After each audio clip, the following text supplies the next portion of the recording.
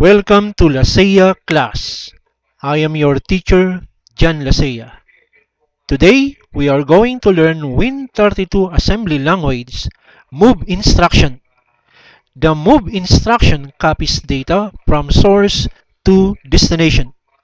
The syntax is move, destination, comma, source. The destination operand must be a register or memory variable. The destination and source operands must be the same in memory size.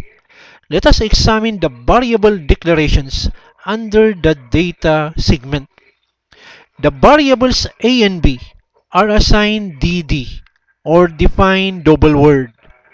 Double word data type has a memory size of 32 bits, while the variable C is assigned DW or defined word. Word data type has a memory size of 16 bits. The variable A is initialized with value 5. The variable B is initialized with value 8. And the variable C is initialized with value 3. The CPU has general purpose registers.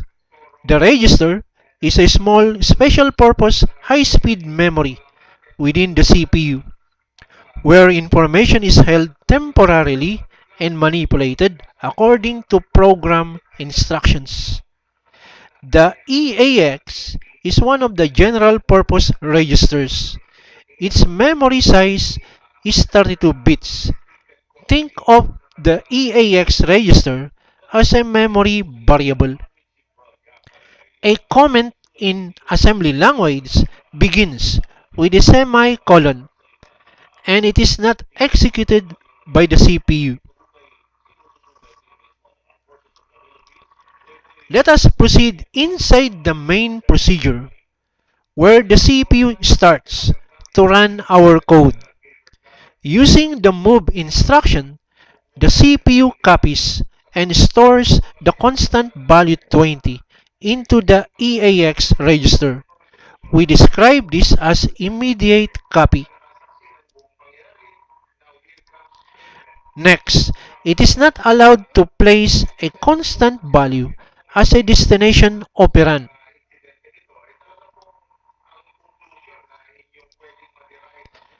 Using the move instruction, the CPU copies the contents of a register and stores into memory variable if and only if both the destination and source operands have the same memory size.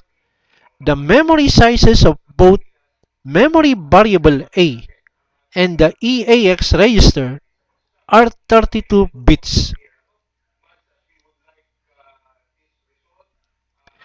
Next, the CPU copies the contents of the memory variable and stores into a register.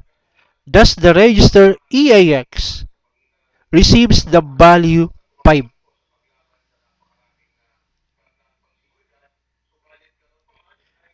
Next, the CPU stores a constant number into the memory variable. Thus, the memory variable A receives the value 20.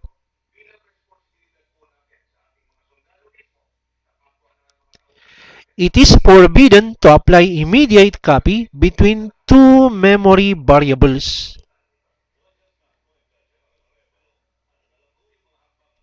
To copy the contents of the memory variable B and store to the memory variable A, use a register as a copy in between. We describe this as intermediate copy. The EAX register receives the value 8 from the memory variable B. Then, the memory variable A receives the value 8 from the EAX register.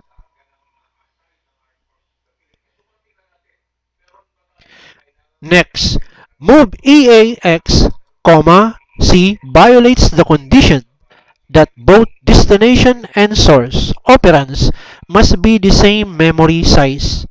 The memory variable C is 16 bits, while EAX register is 32 bits.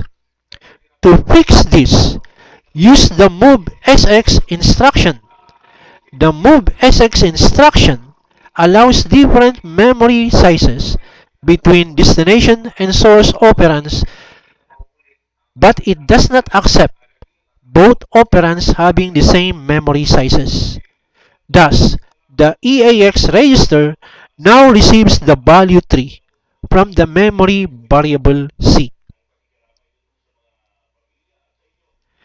Next, using the Move SX instruction, the memory size of the destination operand must be larger than the source operand.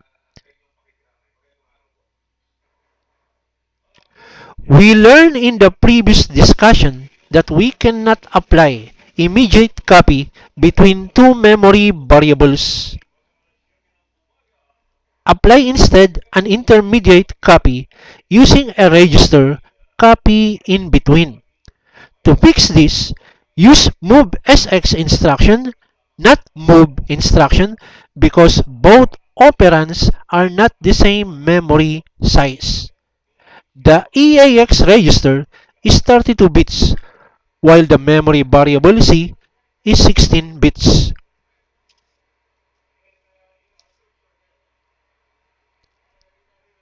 Lastly, using the Move instruction, the CPU copies the value 10 from another register named EBX and stores into the EAX register. The EBX is a 32 bits general purpose register. That ends our topic for today. I hope you have learned in my class. Thank you for watching. God bless us.